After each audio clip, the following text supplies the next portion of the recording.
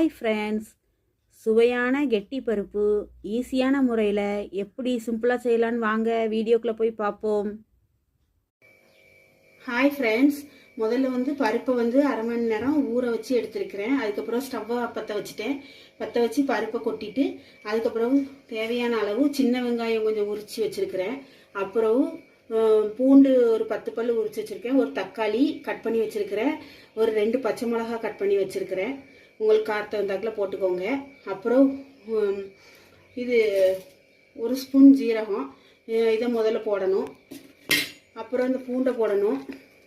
அப்புறம் நிறைய பொடி வெங்காயத்தை போடணும்.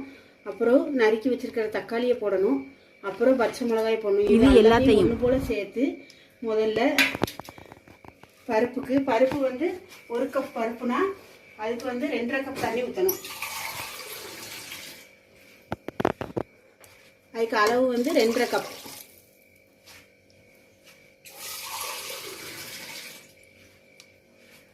இந்த கப்போல தான் நான் பருப்பு அளந்துருக்கிறேன். இதுக்கு 2.5 கப் தண்ணி ஊற்றி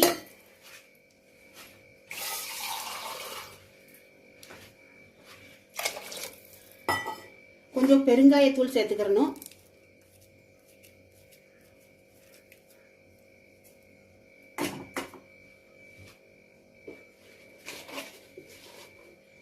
ஒரு டீஸ்பூன் உப்பு,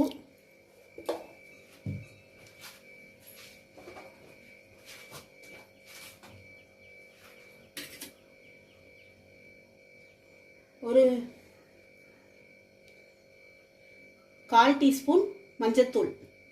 இது அவ்வளோத்தையும் போட்டு கொஞ்சோண்டு பருப்பு வேகிறதுக்கு கொஞ்சம் ஆயில் ஊற்றணும்.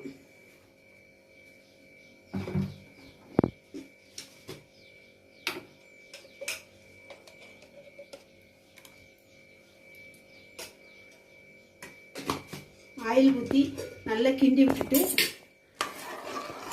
அப்புறம் குக்கரில் 5 விசில் வச்சு நல்லா வேக விட்டு எடுக்கணும். விசிலை மாட்டி ஒரு 5 விசில் விட்டு எடுக்கணும். ஒரு விசிலை ரிலீஃப் பண்ணி விட்டுட்டு குக்கர் விசில் அடங்கிட்டு ஃப்ரெண்ட்ஸ். அப்புறம் குக்கரை ரிலீஃப் பண்ணி விட்டுட்டு மூடியை திறந்துடணும். மூடியை திறந்துட்டு ஒரு உருளைக்கிழங்கு மசிக்கிறதால இப்படி மசிச்சு விட்டா நல்லா மசிஞ்சிரும்.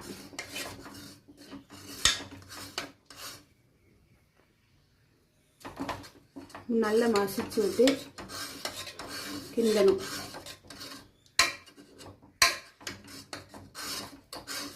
கீரை கடையிற மற்ற வச்சும் கீரை கரையலாம்.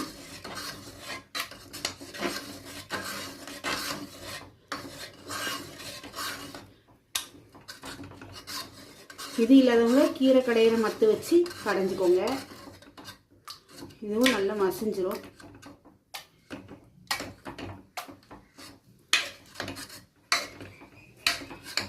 இது ரெண்டுமே இல்லாதவங்க கரண்டி வச்சு கூட மசிச்சுக்கலாம்.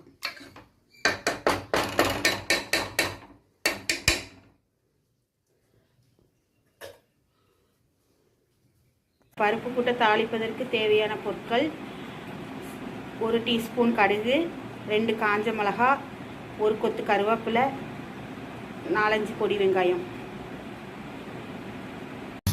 முதல்ல அடுப்பை ஆன் பண்ணிக்கிட்டு எண்ணெயை ஊற்றி எண்ணெய் ஹீட் ஆனோடனே முதல்ல எண்ணெய் கொஞ்சம் நல்லா ஹீட் ஆகணும்.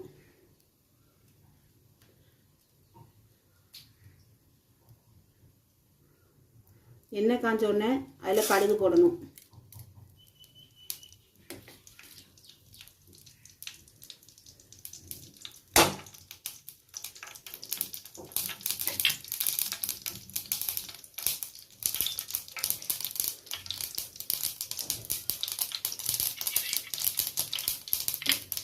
கடுகு பொரிஞ்ச உடனே அதில் சின்ன வெங்காயம் வெட்டி வச்சிருக்கிறேன், அதை போடணும்.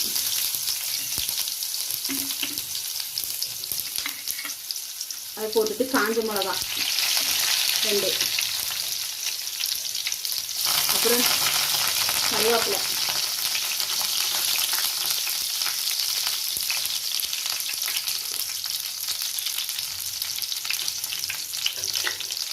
எல்லாம் போட்டு நல்லா வதக்கி விடணும்.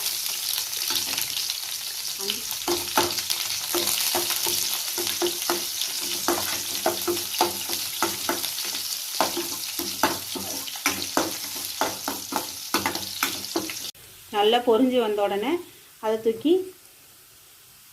தாளித்து கொட்டிட வேண்டியதான் ஃப்ரெண்ட்ஸ்.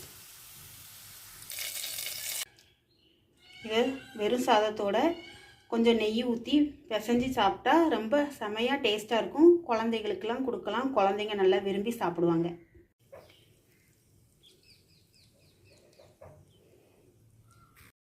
சுவையான கெட்டிப்பருப்பு ஈஸியாக ரெடி ஆகிட்டு. இதே மாதிரி நீங்களும் செஞ்சு பார்த்து எப்படி இருக்குன்னு சொல்லுங்கள். உங்கள் கெவின் விலாக்ஸுக்கு சப்ஸ்கிரைப் பண்ணுங்கள்.